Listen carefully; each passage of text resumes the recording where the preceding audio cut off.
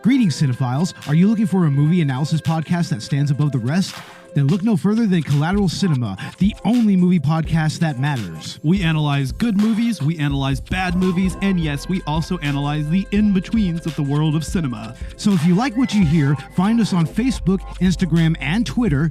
And listen to us on Apple Podcasts, Spotify, Google Podcasts, and wherever you get your podcasts. And yes, my friends, we are 420 friendly. So when you listen to us, smoke it if you've got it.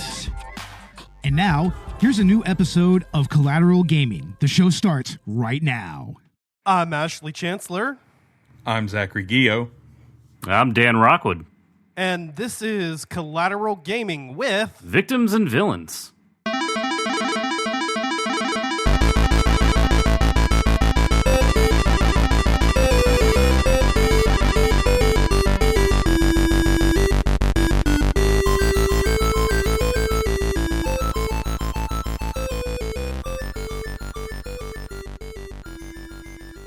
Ba ba ba ba! Welcome to Collateral Gaming, the only video game podcast that matters, where we focus on good games, bad games, and everything else in between in the world of gaming. We are podcasting straight from somewhere in South Texas and other places too. And yes, my friends, we are a 420 friendly podcast, so whatever you have, smoke it if you've got it. Zach, Dan, it is finally time to talk about this fucking game, guys, right?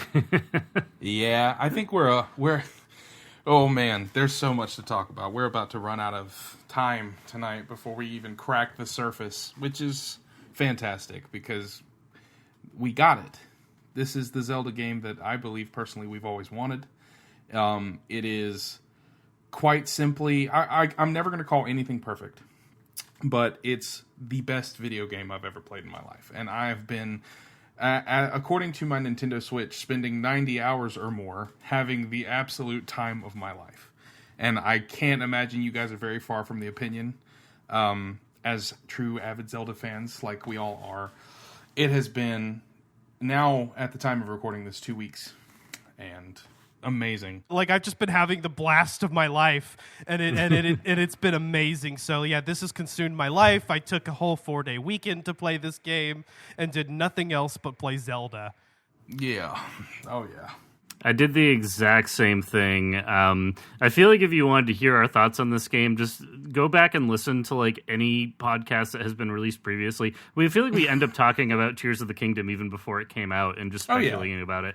100%. So, yeah, I mean, Breath of the Wild did things so well. It's widely regarded as the greatest video game ever made. I definitely agree with that opinion. And then Tears of the Kingdom comes in, and I remember being a little bit nervous. I knew they were going to crush it, but I was just like, where do they go from here? What do they do? And the answer is a lot. They just went through, and I can... when they were reusing the assets, right, in the map, and I'm like, what did they spend 6 years doing? And that question has been answered. And I'm not even that far. I know, Zach, you're very far in the game, and Ash, you're not as far, but pretty far. And then there's me. I have about 40 hours in, but I've done virtually, like, no story stuff. I've done a little bit. I'm just running around, exploring the sky, exploring what's changed in Hyrule, building these idiotic different like machines that you can do. So it's just been a whole lot of fun, and I feel like the three of us have been playing in kind of different ways, and that's the most exciting thing about this game, is that you can play it in so many different ways and see so many different things about it, and it's awesome. If either of you are on TikTok, it's like an arms race amongst the Tears of the Kingdom community. This ain't a scene. Oh my gosh, dude. There's so much content. I've seen crazy. Koroks launched into space. I've seen Koroks crucified. Can I ask you this? Why do people keep crucifying Koroks? I don't know. I love strapping rockets to him and letting him go, but the whole crucifixion thing, God. I don't know. My favorite clip that I've seen so far on TikTok has to be somebody decided to put like 6 or 7 Koroks on a stick and like roast it like a spit over the fire. On a stick. And I've on a seen stick, that. and it's just it's beautiful. You have, of course, you've got your average dick and balls giant auto build. You've got the what are the exploding balls with the like flame emitter fucking dude. It's so stupid. It's just absurd. I saw a logo today someone drew that was the Korok space program, and it was like a Korok strapped to a rocket, and I feel like I need a t-shirt of that. I have not been launching them into space. I've been treating them nice because I like the Koroks. But yeah, it should be said, so this is going to be our spoiler-free episode. We're going to talk about mechanics. We're going to talk about a whole bunch of different stuff, but we're not going to go into spoilers, which I appreciate, both for the listeners and also for my sake, because you guys are further than I am. So we're going to touch on some, a whole lot of different stuff, but nothing that will, totally spoil the game for you. So important to be set up front. Yeah, exactly. So, and just kind of as we do whenever we make a new game, a numbered episode is like, just kind of split it up and do part 1 spoiler free. It's the same month the game came out, give people a chance to play, and then we'll really dig into the story later. And that'll be good because we'll have all completed the game by then, because I'm not planning on recording this until, we at least all beat the main story, if not 100%. I'm going to be trying for that before we record. So, yeah. But, like you said, Dan, this time, we can really kind of just delve into the mechanics. I don't feel like there's very much spoiler content there as far as gameplay goes, because like Breath of the Wild, you get your main abilities at the start of the game, and those were announced prior to the game coming out. So, and in a lot of ways, this game does play very similar to Breath of the Wild, and it's kind of funny because if you look in some of the Zelda communities, I mean, you'll see some people like getting kind of pissy about the fact that it's like Breath of the Wild. But hold on a second. This is the direct sequel to Breath of the Wild. It's Breath of the Wild 2. Like, what did you expect? Yes, it is going to be in that trajectory. And I think all games from here on, for the next 10 plus years are going to stick to this format like they did with 2 games. Ocarina of Time. Right? Yeah. All 2 games in the next 10 plus years. Which I'm sorry, honestly, I should have made that longer. Like the next 20 years or so would probably be I'd more say accurate. this Breath of the Wild was the Ocarina of Time that the series needed, if that makes sense. Yeah. Because Ocarina of Time didn't just change the course for Zelda games. Ocarina of Time, and we're not talking about Ocarina of Time, but it's a good example. Ocarina of Time kind of set the standard for 3D adventures.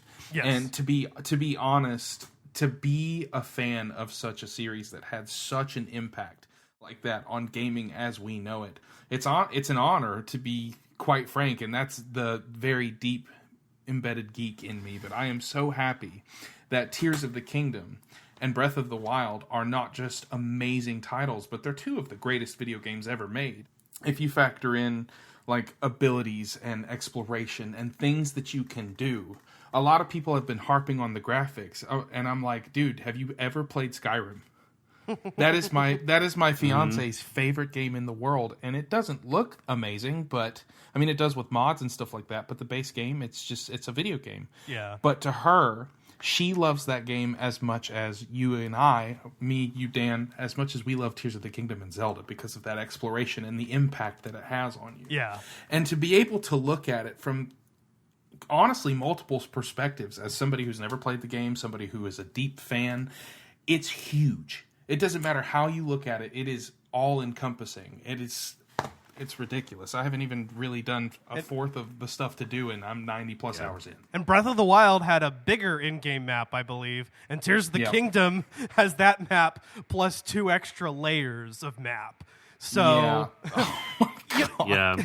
It's the marketing behind this game was really brilliant too, and I remember going against it because I thought they needed a big 30-minute Nintendo Direct about Tears of the Kingdom. We didn't end up getting that. We got a mini Direct, and then there was some teaser trailers that we got, but they did a really good job. There are major components and areas of this game that was never mentioned in any of the marketing. People inferred it, and they would speculate, but nothing was confirmed. And so that first time coming up on a big area or a big gap or something, and I'm like, what is this? Where am I going right now? And then it's like, oh man, I didn't really know this was going to be here. It's so cool. Dude, it's mind-blowing.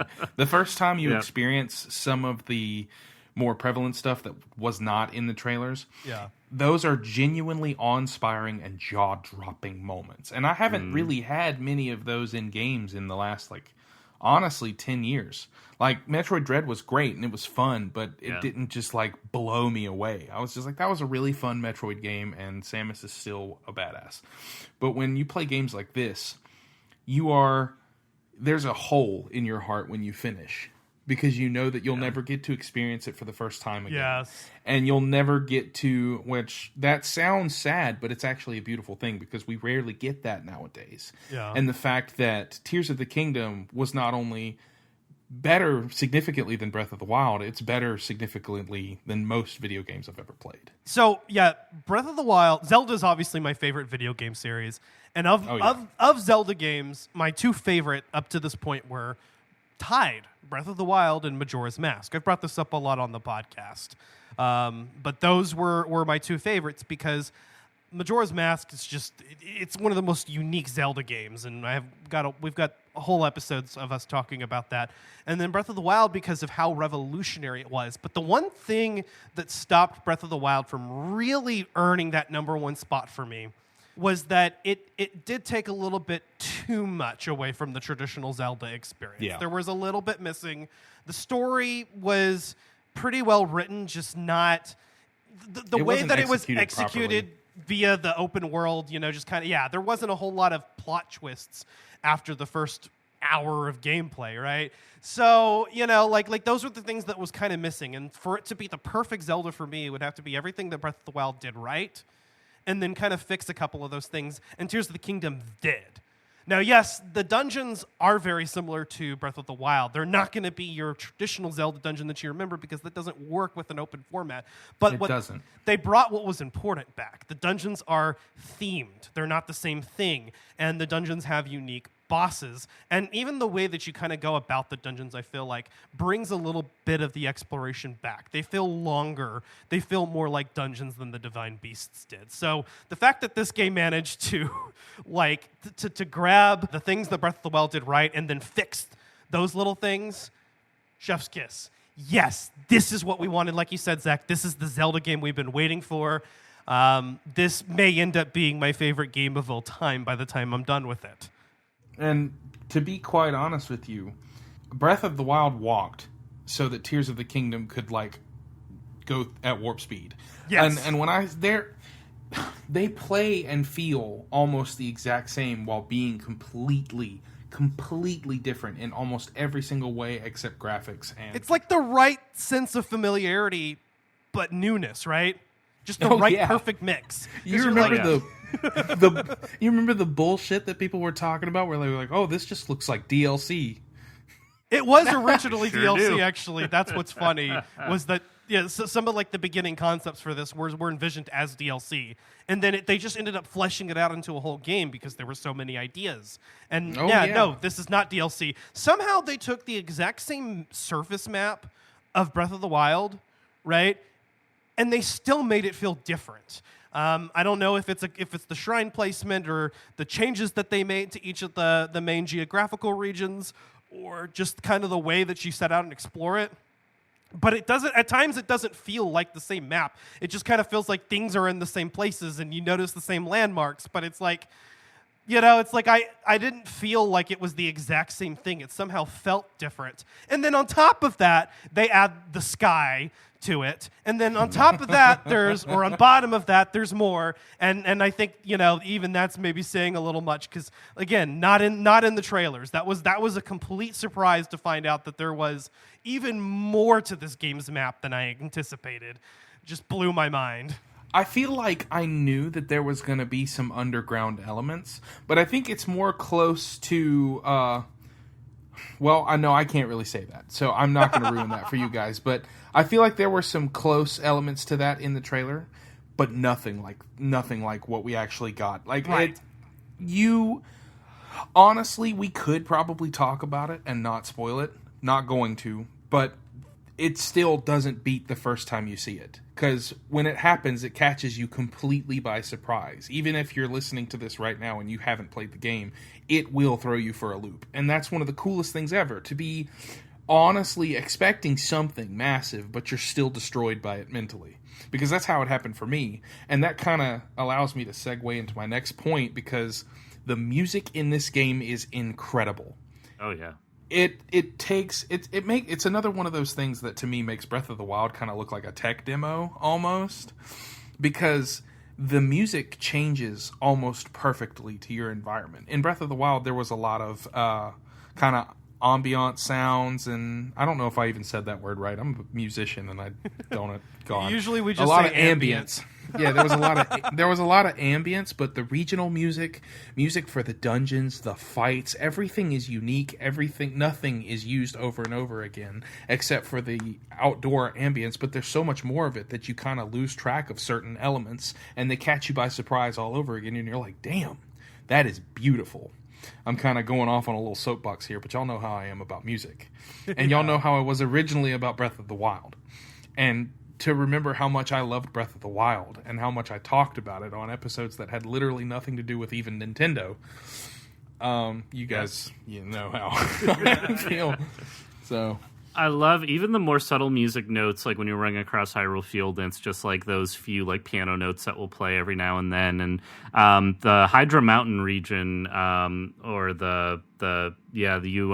when you're the Hebra Mountains, excuse me, I'm not in a Marvel movie, so no Hydra. But when you're in the Hebra Mountain range, there's it's just quiet and it's snowing and it's cold, and then there's a couple of tones that will play here and there, but ultimately you're kind of isolated in this like frozen tundra. It's just so cool because there are these areas that you're familiar from Breath of the Wild and you're re-exploring them, and they do add things and stuff to find, and it's not the exact map skinned over. It's worth going through and looking through everything again, and it's just it's really cool. And they added some like interesting hints that serve as things that are helpful, but it's not really something that's told to you specifically. It's just like Breath of the Wild. You go, you see something that looks a little off or strange or interesting, go investigate, interact with it, see what's there, and you'll be surprised where you might end up next, because it could point you in a direction that you would not be expecting, and that's awesome. Absolutely. This game is so distracting. I think that's why, we have such a hard time getting through, even just the main story. And I had the same thing with Breath of the Wild, but this game is so easy to get distracted by, and you're on your way to go do something else, and nope, my shrine sensor just went off, and there's a shrine nearby. Let me go hunt that down. And I see another shrine there in the distance. I should go check that out when I have a chance. And then you're like, oh, well, there's the side quest that's kind of in this area. Maybe I should do that too. And before you know it, you're just on a whole tangent. And it's funny because you're still loving it. And what's nice about the open-ended format of these two games is that it kind of invites you to be able to, like, hey, if you're not having a fun time with this, if this is getting kind of stale or too difficult, just go do something else. And the freedom to teleport literally whenever you want. Yeah. Most games don't let you teleport when there are enemies nearby or in midair. Breath of the Wild and Tears of the Kingdom don't give a fuck. Yeah. I actually teleported in the middle of one of the major boss fights to go do some fucking cooking, dude. And Danielle and I were watching, and we just started dying laughing, like, because when I did, the companion that I was kind of interacting with for the region, because it's a lot similar to Breath of the Wild, they were like, "Okay, come back when you can. I'll be here. I'll be here." It's so funny when they do that, and I didn't warp out in the middle of a boss battle, but I did go to do some stuff, and it was like, all right, well, come back when you can. It's like, okay, so there's like no time constraint here. I can just do whatever. You're just going to wait. That's cool. I was gone for like 5 days in game time. This game was designed around like yes and no, it was designed around its puzzles. Like, I feel like there are core puzzles, but then there are so many different ways to solve them. I published an article on TechRaptor last week, and it was titled Tears of the Kingdom Turns Glitches into Gameplay. And my whole point was that glitches from Breath of the Wild are now, thanks to Ultra Hand, their gameplay elements. But I just want to read one excerpt here. I labeled this section, Tears of the Kingdom, 1,000 Solutions to Any Puzzle. And I wrote, where previous Legend of Zelda games had players approaching a puzzle with, how do I solve this? Tears of the Kingdom instead invites players to think, what's possible? As open and amazing as Breath of the Wild was, it didn't offer this level of creativity in its core gameplay. Of course, people found a way to manipulate bombs, shields, minecarts, and more to move around the map quickly and glitch their way to the end destination. And it's just a whole, crazy experience of going through this. And exploring this area and building these crazy things, and it's just been such a joy. And I feel like we still haven't cracked the surface of what's possible, because some of the Breath of the Wild glitches took 4 or 5 years for people to discover, right? So I want to know what is going to happen years from now with people experimenting with this game. People are still talking about Breath of the Wild and finding things that we weren't really well known 6 years later. So what's Tears of the Kingdom going to look like 6 years later? I love that they doubled down on the openness of it, because Breath of the Wild did also have a lot of puzzles that were not one-size-fits-all solutions, or I guess they were. I don't know how I'm trying to phrase that, but there were multiple ways to go about a puzzle. And Tears of the Kingdom doubled down on that. It's like the amount of creativity that's available to you via the auto build and the fuse abilities both is just incredible. The creations that people have made, and the game invites you to do it. I mean, there's all these little puzzles that are centered around, like a new Korok puzzle that is you taking one Korok and bringing it to another some distance away or really up high. And so, you need to build something that will get you from here to there with the Korok in tow, unless, you decide to blast it off into space as you do. Or just fly it over there wherever you want. It's so amazing and so funny, and I'm going to read one last segment. It's just a sentence here that I'm particularly proud of from this article, but it's, unlike the oft-disproved Sony slogan, Nintendo has come out the gate swinging with this title to indicate that play truly does have no limits, and that is something that Sony has been going for years now, and they just fall a little short, and Nintendo somehow managed to pull it off on 6-year-old hardware. I don't know how they did it, but I hope this serves as a blueprint for other types of games going forward. Okay, so I'm chomping at the bit right now with pain, because we can't go into spoilers because there's so much shit I want to talk about. Everything that you can do, it literally takes, I've said this before, I think in this episode already, but Breath of the Wild kind of looks like a tech demo that Nintendo was kind of showcasing what they were about to do. Oh, I remember exactly what I was thinking about. It feels like they've been working on Tears of the Kingdom for 12 years. It feels like they literally got the idea after they finished and produced Skyward Sword and started building. And Breath of the Wild is them showing us the world, them giving us an example of a good story, a somewhat good story or a layout of some kind of story for an open world Zelda and how it would work. It felt like they were showcasing everything, but they also made it incredibly detailed so that we could have an experience and an adventure, which is why a lot of the things kind of looked similar in the game, like the bosses and their names and the themes for those bosses were similar. Because it's not like Nintendo to just half-ass something. They make perfection. And to be honest, it's hard to find a game that's bad by Nintendo. If you're not a fan of it, you're not a fan of it. Like, I don't really like Kirby that much, but I know those games slap. I know Super Mario Sunshine is one of the most popular Mario games, but it's not my favorite. I don't like it. Mm-hmm. I never really enjoyed it, which y'all can crucify me for that later. But it feels like they were taking everything that was possible and kind of giving us a little bit of taste for this game. Yeah. Or, very even possibly the next game that we're going to get, the trilogy that kind of sums it all up, because that's what I think this is. I think this is the second game in a trilogy of some of the most incredible human creations on the face of this earth, because this game is magnificent. I'd be down for it because Nintendo hasn't really done that before. Yeah. We haven't had like a trilogy of Zelda games. So that would be incredible if that were the case. I would absolutely applaud them for it. I've been saying for years now that, the fact that Nintendo inexplicably starts from scratch with every Zelda game, doesn't reuse assets, is actually kind of strange. The only other time they've ever done that was like Majora's Mask, Well, and you can make an argument for the Oracle games, obviously, but that's different. But I think that's one big game. And yeah. Majora's Mask was developed in just under a year. I mean, it came out quickly, and Aonuma famously, like, they wanted to do a I think it was a remake, if I'm getting my Nintendo lore stories mixed up. Aonuma said, no, I got this idea for this new game. Let's do this. And they said, okay, but you don't have a lot of time to make it. And they built it in a year. And that's why everything circles around Clocktown to make it so it was more constrained and they're able to do that.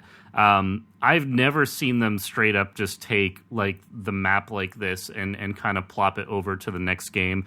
I know between like A Link to the Past and A Link Between Worlds, like those maps, but those games were so far apart and on different platforms. They're so different. This is really the first time we've seen it done on like the Nintendo Switch, and Breath of the Wild was on the Wii U as well, which is where I played it originally. But it's not really something we've seen. And I agree with you. I think they are going to do a trilogy. I hope they do a trilogy, partially because in my brain, if you're going to do a second one, you got to do a third one. Like it only makes sense to do it that way. So the Triforce, come on. Yeah, exactly. But how would they do it? That's the key question. See, I'm not a developer, so I don't need to answer that question. There are top men at Nintendo figuring that out as we speak. And I trust them to do it. I trust them to get the job done. Breath of the Wild, Tears of the Kingdom, Blood of the Hero.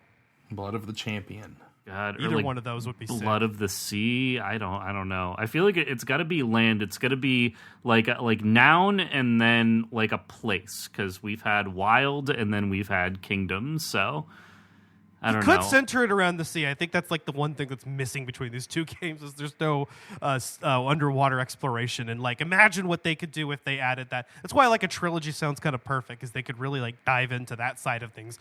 Dive in. Mm-hmm. And that's what like Horizon Forbidden West added tons of underwater exploration, even more so in the Burning Shores DLC. So that is a huge thing. And now that I think of it, I mean, do either of you think we're not going to get DLC for this game? I feel like it's a given that they're going to expand it. 100%. They're going to have they're going to have an original story, kind of like they did with Breath of the Wild and the Champions Ballad.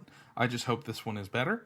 I think we're going to get like the Ballad of Ganondorf. I'd play that. That would be awesome. That would be kind of sick. Or that maybe that could be where they add the underwater stuff to kind of expand the map a little bit, is do some DLC. So yeah, I mean the possibilities are endless, and just like already the possibilities are endless in this game. Like you mentioned, like everything you can create with the auto build feature, you could just attach things together. You can make cars, giant penis bots, or whatever the fuck you want. Gleeoks. I've seen people like make their own like Gleeok robots. I think that the girl did it on the treehouse. Yeah.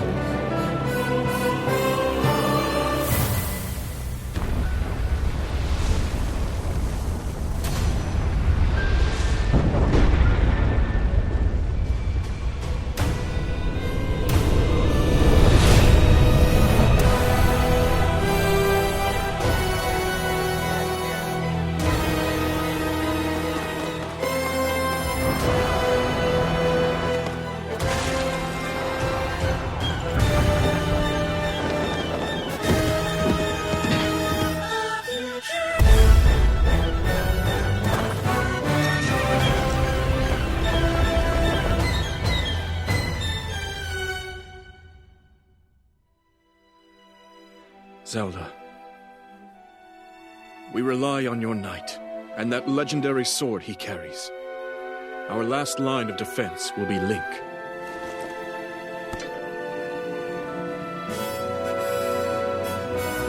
Link.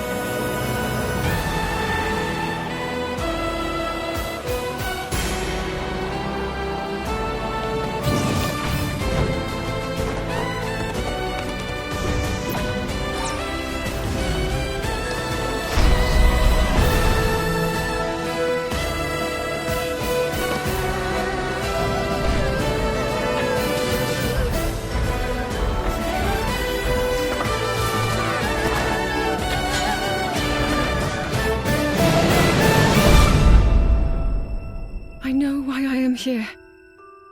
It's something only I can do.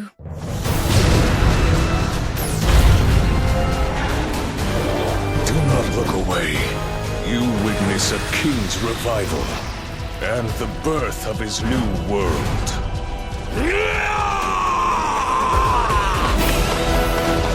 Okay, let's go!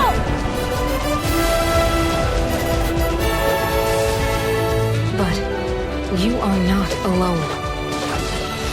Link. You are our final hope.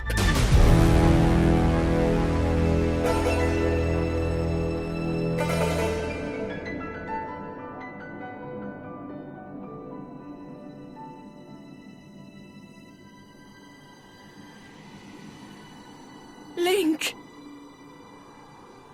You must find me.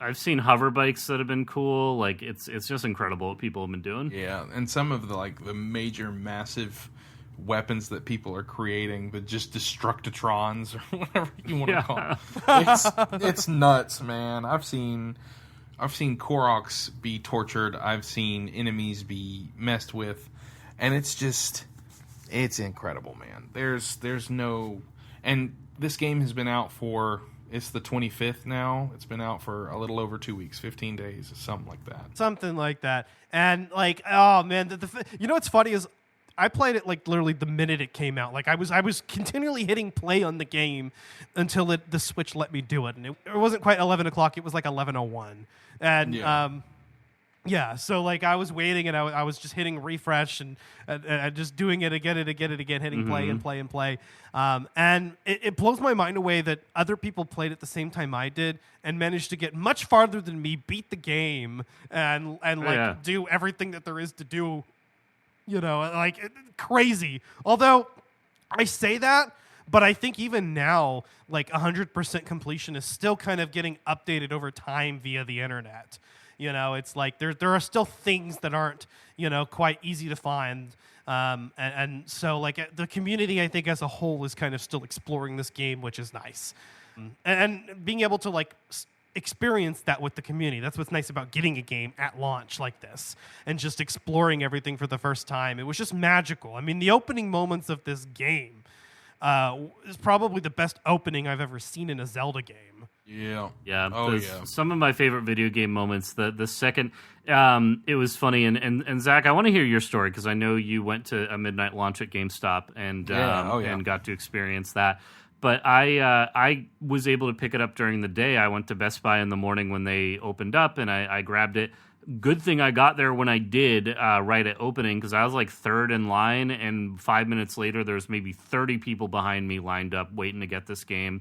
And shout out to the retail employees, because they said out loud to me, nobody prepared me that it was going to be like this today. Yeah. We didn't know it was going to be this crazy. And I was like, oh man, what is it with retailers underestimating Nintendo games like this? I don't get it. But I brought it home, and one of my least favorite things about games is just long opening cutscenes, and I get that it sets up the story, but I want to play the game. Tell your story in a way that allows me to play.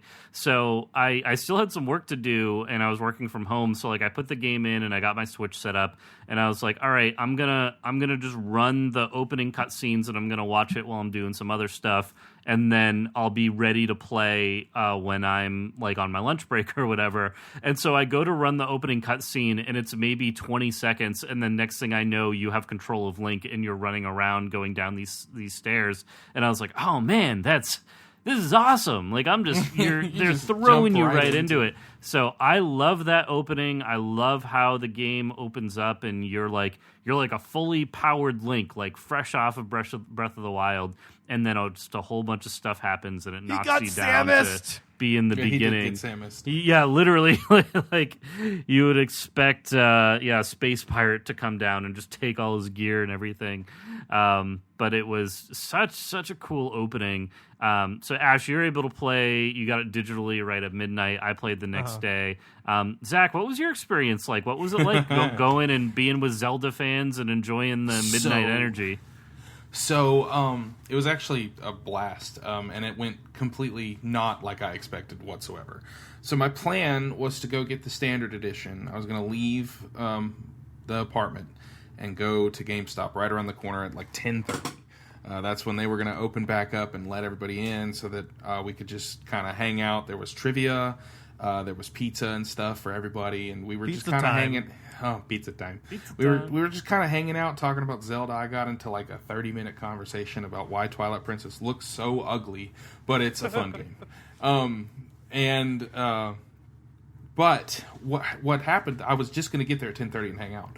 I went to Walmart at like 5:30, 5:45, something. Oh, no, it was like 7:30, 7:45 to go pick up some stuff to take home.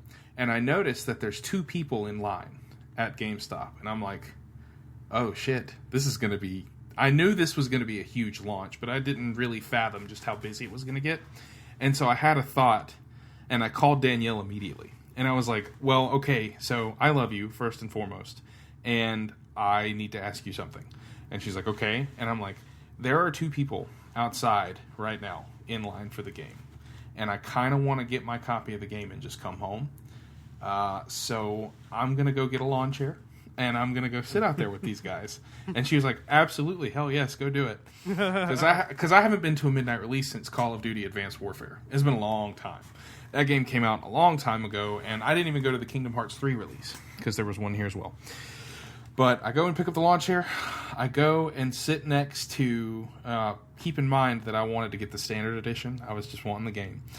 I sit down next to these 2 guys. They're really awesome. I'm not going to say their names. They're Bob and Jorge. That's not their actual names, but they're super nice guys. I was just hanging out with them. I was like, so, you guys excited for the game? And they're like, yeah, they've got like 6 collector's editions left tonight, so we're going to wait in line. I felt my heart just go nuts because I was like, oh, dude, I might have a chance to get my shot at a collector's edition. So I planted my happy ass right there for the next 4 hours. As you should.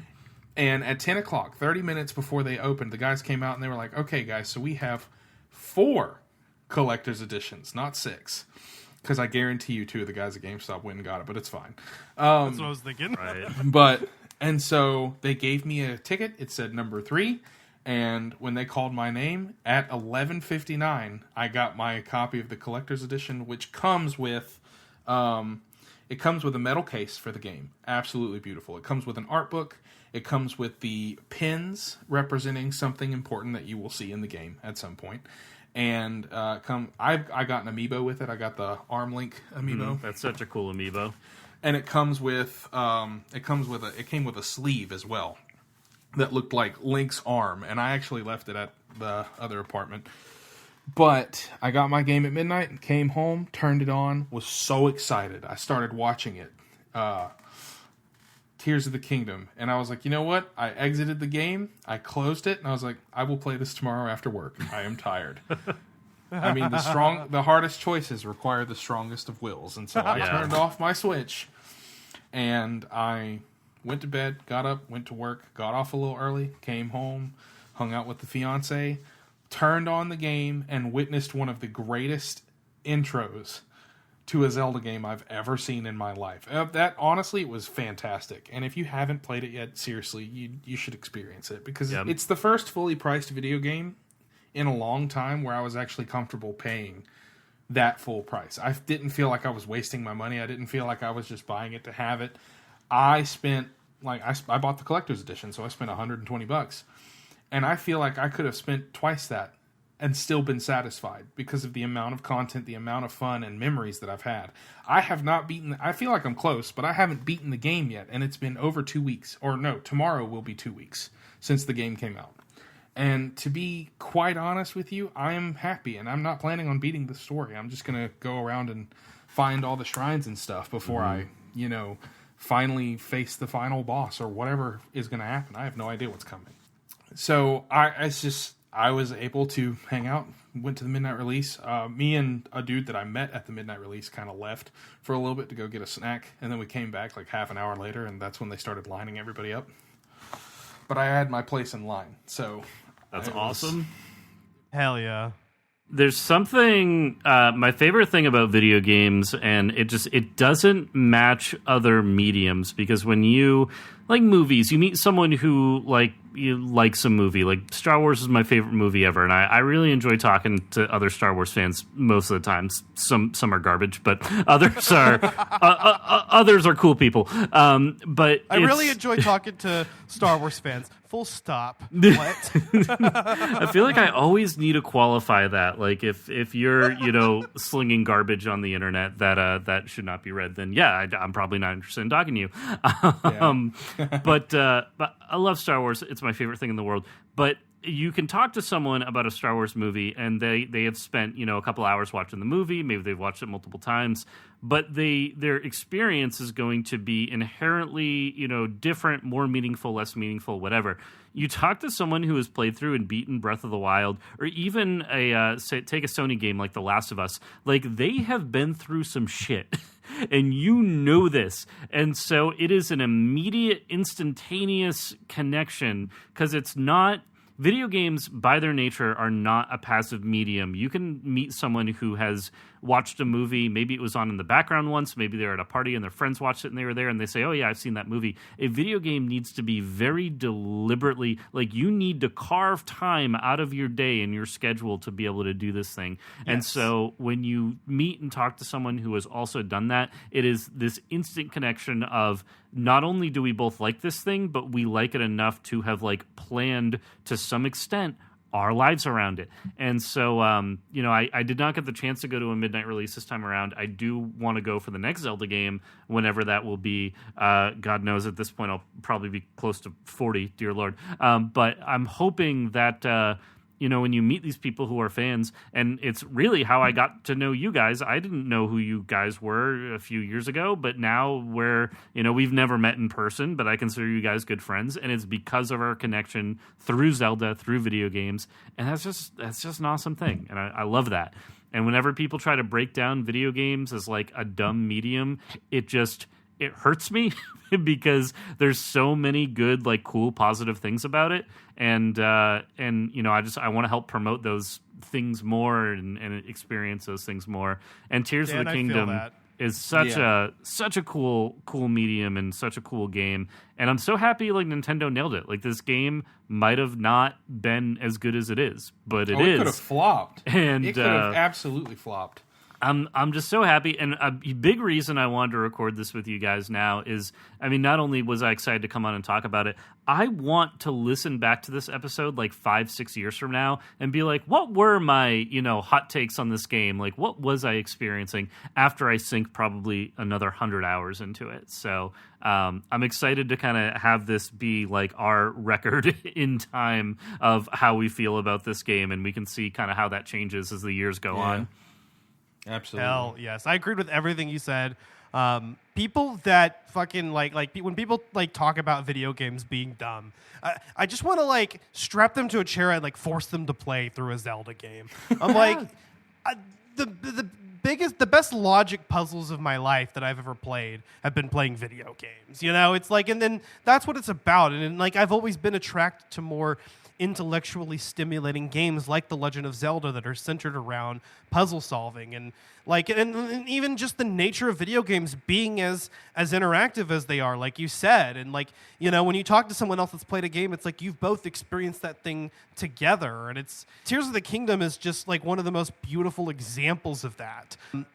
And what's funny is I hear Zelda fans complain about how like Breath of the Wild or Tears of the Kingdom were empty. Like I heard the shit about Breath of the Wild. And what do you mean? Breath of the Wild is filled to the brim with shit, right? It really was. It was like there was so much to do. The world was not only massive, but like around every little corner, there were 120 mini dungeons, and there were 900 Korok seeds, and these were all centered around central Zelda aspects, dungeon exploration, and puzzle solving. And it's like, if you don't enjoy that, do you really enjoy Zelda games? And I feel like Tears of the Kingdom, in a lot of ways, doubles down on a lot of that. I feel like the shrines are better designed. And the nature of being able to have more ways of going about solving puzzles really helps because of what you can create and, you know, what you can even just like fuse. You know, this game doesn't have the useful updraft ability from Breath of the Wild. Instead, you got to improvise a little bit. Let me attach a rocket to my shield or carry a couple of what do you call those things? Boingy things. Oh, the springs? Springs. Carry a couple of springs with me. In order to give myself the ability to do that. And I think that that's so important. Also, one thing I want to point out while we're comparing to Sony games, as we did earlier, loved God of War and its sequel, God of War Ragnarok, but God damn, do the developers not trust your ability to solve shit on your own and try to give you hints way too quickly. Even Jedi Fallen Order and Survivor are a little guilty of that because they offer the hint really early, although you can choose to ignore it, which is nice. But it's like Zelda doesn't do that. Zelda doesn't hold your hand, and Breath of the Wild and Tears of the Kingdom especially don't, because there are so many different ways to solve a puzzle. They kind of just let you go at it, and I experienced that a lot playing through this game. There were a lot of shrines where I was honestly stumped, and you could look online and you could find like 3 or 4 different solutions to a single shrine puzzle. It's crazy. When in reality, there's probably 10 to 20 different things you could do differently because of the amount of freedom that you have. Now, granted, it's going to be different compared to each shrine. Yeah, because you're going to have different environments, different stuff. But I agree with you 100%, man. The puzzles and the world building around those puzzles is fantastic. If everybody remembers, Breath of the Wild's kind of central color was blue. You know, all the shrines were blue themed. Once you visited a shrine, it became blue. But this game, the shrines are centered more around a green color, which this is taking me back to why I think there's going to be another game, a third game, because blue, Link wakes up after 100 years in Breath of the Wild and starts to regain his memories back. Therefore, he gains wisdom and understanding as to what is happening through the story, through him finding the strength again to be the champion that he was before he fell during the Great Calamity. And in Tears of the Kingdom, the theme for me personally is courage. Yeah. I think from the very beginning of the game, Link has to show tremendous courage to embark on this journey. Every single start of every single video game, we see Link, our hero, buckle down and, take this head on. Like Skyward Sword, he bared witness to Zelda getting thrown into a great black tornado. And he decided, instead of cowering in fear, he fucking went to go do something about it, because I'm pretty sure the Zelda and Link in that game love each other. They were in love, 100%. 100%. It's undeniable. It is practically canon. But, which of course, is the awesome item shop because... girl isn't bad either, though. Shut your mouth. That is so disrespectful. I felt so bad letting her down, man. Yeah, but I think that's wonderful because that kind of centered everything around. But to continue what I was thinking, Tears of the Kingdom is the first Zelda game besides Breath of the Wild, because in Breath of the Wild, Link doesn't remember shit. He's just like, oh, I'm awake now. What do? I'm in underwear. Great. So Tears of the Kingdom is the first Zelda game. The first Zelda game where I truly felt alongside Link in like having the courage to take this overwhelmingly massive task of restoring balance to the Kingdom of Hyrule and, aiding Zelda. So, and it's huge. It's so massive. I think the last Zelda game to really do that to me was Ocarina of Time, believe it or not. feeling that courage. I think that the thematic element of courage is really prevalent in the game. I mean, just in its basic premises. I mean, look at the fact that so much of the game takes place around skydiving around. I mean, Link wakes up in a sky island, and he just decides to dive off that shit. Yep. If that's not courage, I don't know what it is. Well, it could be a few things, but we'll call it courage. That was such a big surprise, too. We didn't really know that the game was going to start up in the sky or if you had to get up there. So really beginning the game there and kind of discovering. And I don't know about for you guys, I didn't look around as much, but when you first wake up and you kind of leave where you are and you dive off, I thought I was going to the ground and I thought I reached the ground, but nope, you're still well up in the sky on that great sky island. And, which maybe I'm the only one who feels this way. Looking at the geography of the Great Sky Island, it looks very similar, in my opinion, to Skyloft. And I don't know if that's intentional. I don't know if I'm projecting, but I was getting some Skyloft vibes from there. And I feel like Nintendo is a friggin' mastermind. They released the HD edition of Skyward Sword almost 2 years ago now.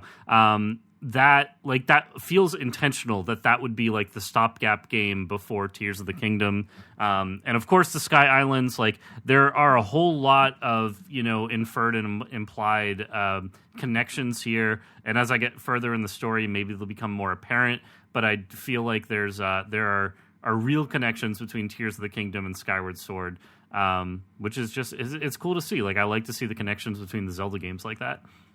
In more ways than one, yeah. And I mean, I know, like, we could see that beginning of the game, and a lot of the fan theories started to boil. And then whenever you kind of figure out what's going on with Zelda and where she is, I mean, that really comes into full force. God, I can't wait to get to the next episode and really get into this. But there are a lot of connections to Skyward Sword, which is probably awesome for you, Zach, because I mean that was your favorite Zelda game, right? Yeah, it's still my second favorite. Like I love Breath of the Wild, don't get me wrong, but Skyward Sword, as far as linear Zelda, it's the best. It is just untouchable. Ocarina of Time is great. It set the standard for 3D games. I get it, but Skyward Sword is just better.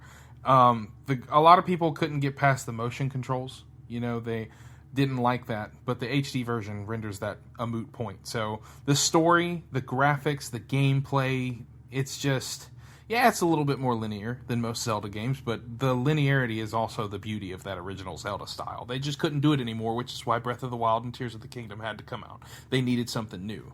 Yeah. But to tell the story that began it all, there's no other way but to do it than the traditional original Zelda style and format, and they nailed that. And the fact that Tears of the Kingdom is kind of expanding on that feeling a little bit, it being in the sky, you feel like it's a high-definition version of what Skyloft and that whole area would have been like before you go down to the surface. Yeah, I agree with that. And what I think actually works to Tears of the Kingdom's advantage is that it approaches at least the progression of the main quest more linearly than Breath of the Wild did. And I think that allows them to tell a better story. Now, the same rules apply. You can still jump, as soon as you exit the tutorial area, in this case, the Great Sky Island. And yes, you can go back and you can revisit the Great Plateau if you wish as well. There's a neat little side quest over there. But as soon as you leave the tutorial area, you are thrown into the world, and you can basically approach things in whatever order you want. You have a main quest mission that's very similar to the memories in Breath of the Wild, and those are the tears. And what's actually going there is, instead of unfolding Link's past, you're finding out what the fuck happened to Zelda when she disappeared, which is cool, piecing together that story. And it makes for a more compelling side narrative to come back to and to unfold and kind of see what happened than Breath of the Wild did with just Link's memories of what happened 100 years ago. Because let's face it, we found out what happened 100 years ago at the beginning of the game. Like, at that point, it was just getting to that point. Here, we don't know what is going to happen with Zelda, with these other characters, and it's really nice. But, you open the world and you have that quest line. You have 4 geographical regions, but I hear that there's more dungeons than that. And so, like, you have all the shrines and Korok seeds and everything else to explore. And that, in that sense, it's as open as Breath of the Wild was, if not more.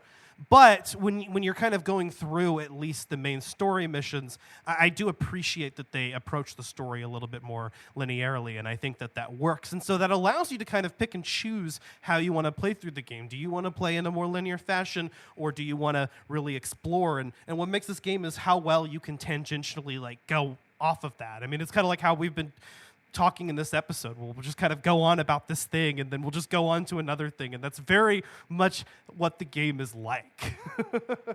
100%. Absolutely.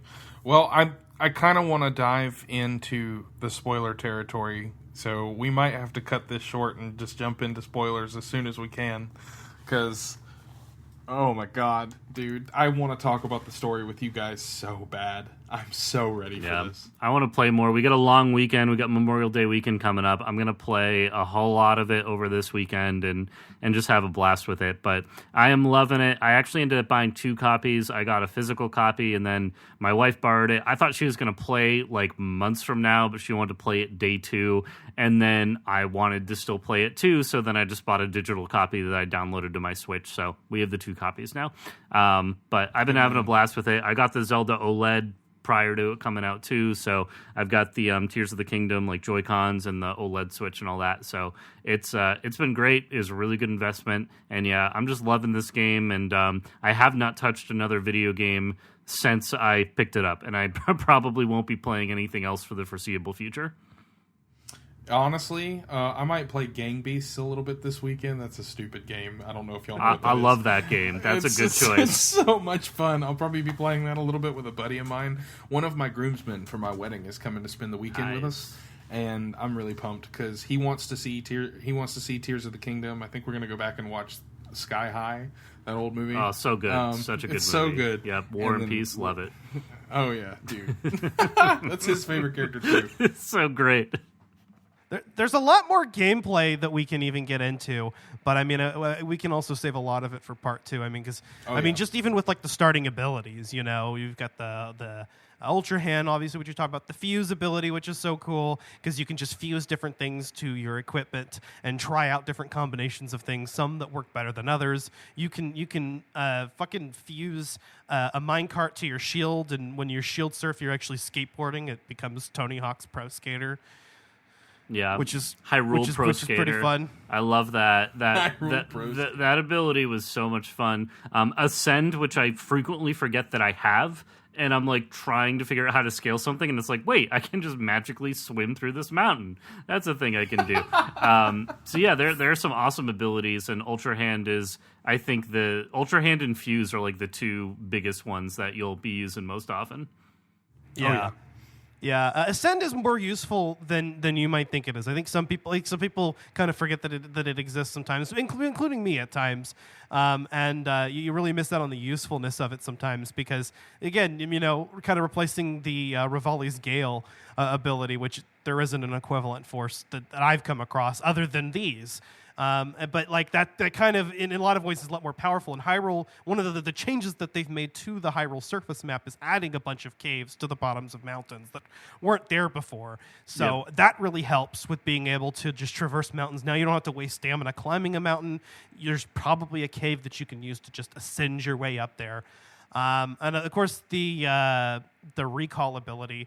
By the way, so many puzzles are solvable with recall that like I remember watching a video and it was like a dude making an endlessly long bridge, which a lot of people are doing to just kind of cheese this game, you know. And then it was like another guy who was just sending a piece of magma forward and then just using recall to ride it back, or pulling it towards him and using recall to ride it back. And I remember I actually approached that shrine the exact same way, but it was like the Virgin versus the Chad Zelda player.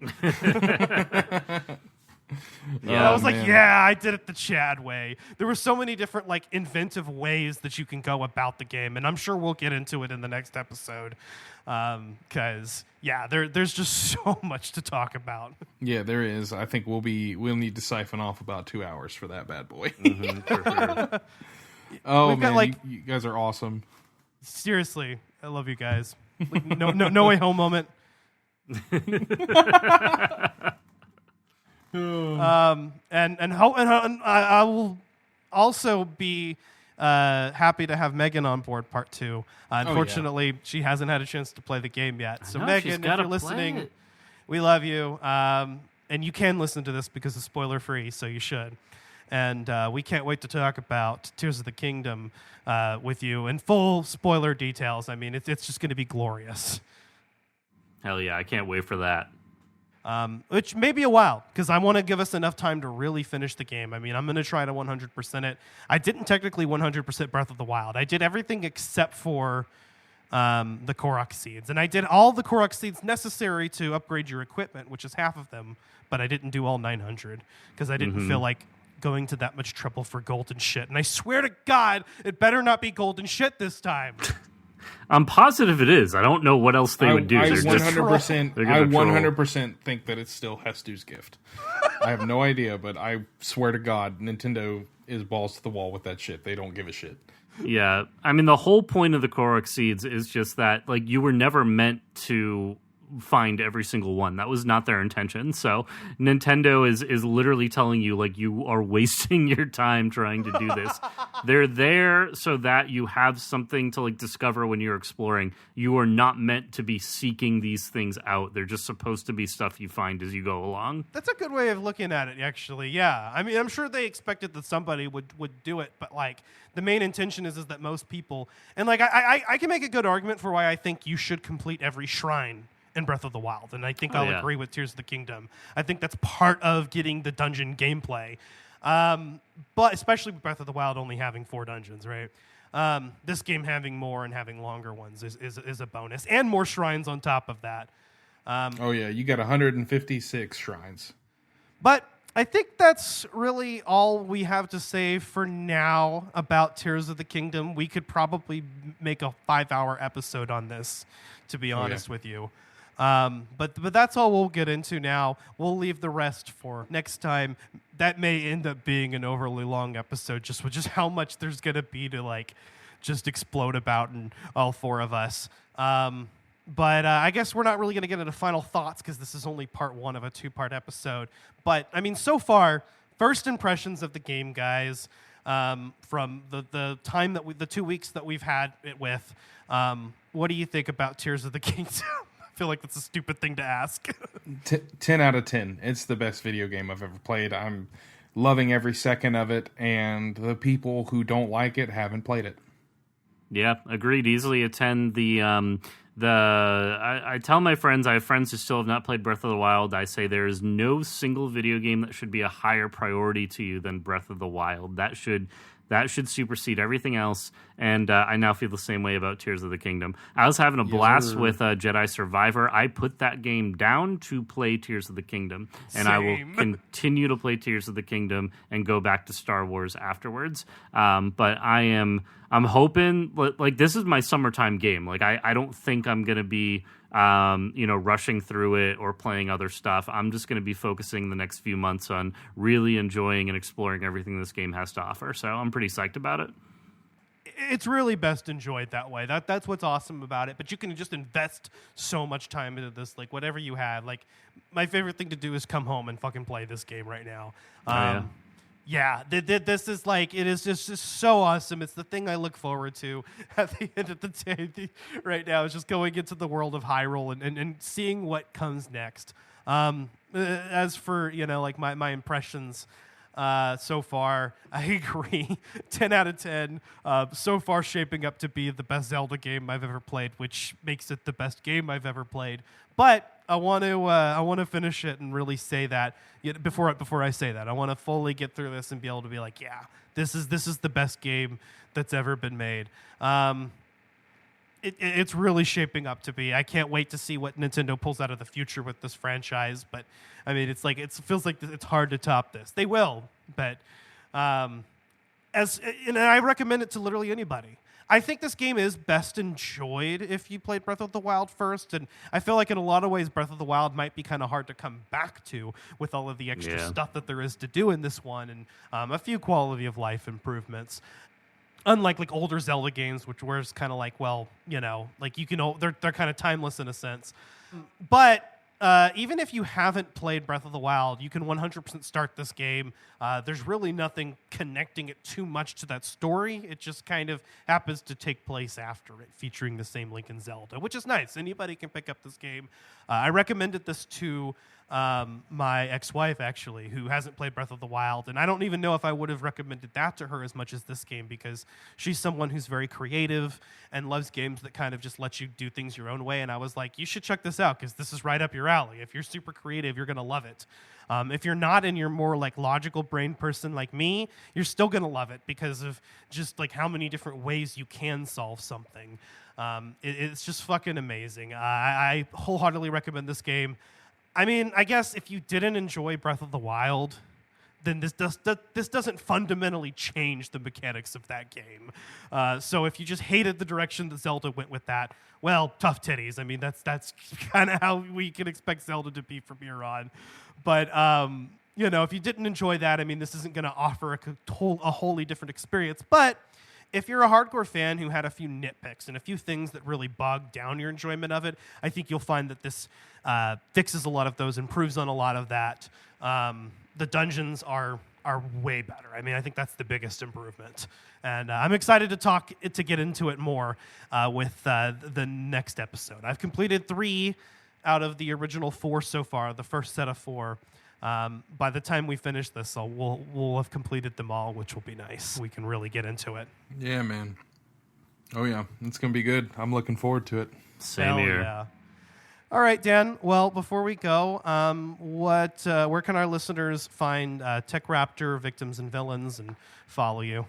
Absolutely. You can find my writing over at techraptor.net. If you just type in my name, Dan Rockwood, you'll be able to find me there.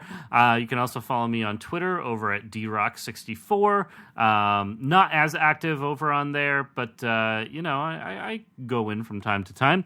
And, of course, over at Victims and Villains, where we, look at pop culture through the lens of mental health, helping to get mental health resources into schools and support suicide prevention and awareness, and getting all of those resources and details out for people, and just letting people reminding them they're not alone, and we are here to listen, to help, and to help spread some positivity as we go along. Oh, that is something I need right now. I had a very traumatic event happen recently in my family. Just traumatic just hearing about it. I wasn't there. So like mental health resources are super, super important. And I appreciate the work that you guys do with that, because, it's the kind of thing you need. And I will suggest The Legend of Zelda Tears of the Kingdom as therapy. Absolutely. Personally. Totally agree. 100%, yeah. Alrighty. You can find Collateral Gaming wherever you get your podcasts. We are on Apple, Spotify, YouTube, Google, you name it. If we're not somewhere, let us know so we can be there. We also do have a Patreon, and I haven't uploaded as much new content recently, but there's actually quite a bit of content on there if you come and take a look at it. I mean, and maybe at some point I'll go back and finish my Let's Play on Breath of the Wild. I'm going to have to do a Let's Play on Tears of the Kingdom at some point. That is a given.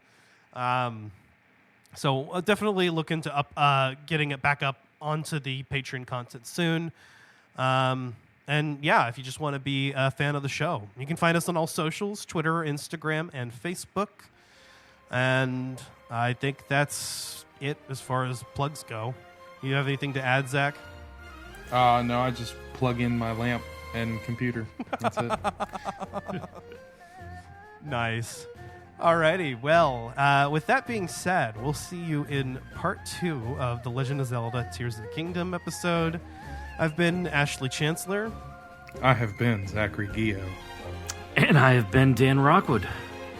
And this has been Collateral Gaming. We are out. Bye-bye.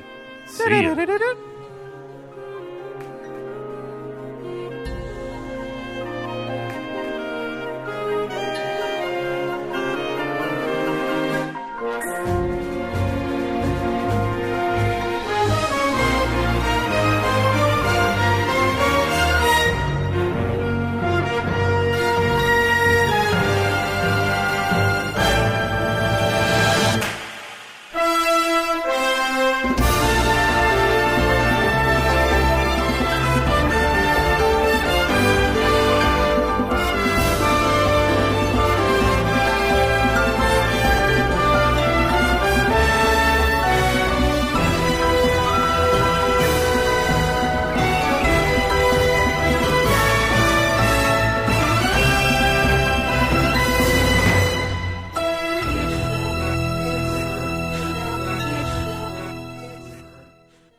Collateral Gaming is a Collateral Media podcast. All music and game clips are owned by their respective creators and are used for educational purposes only.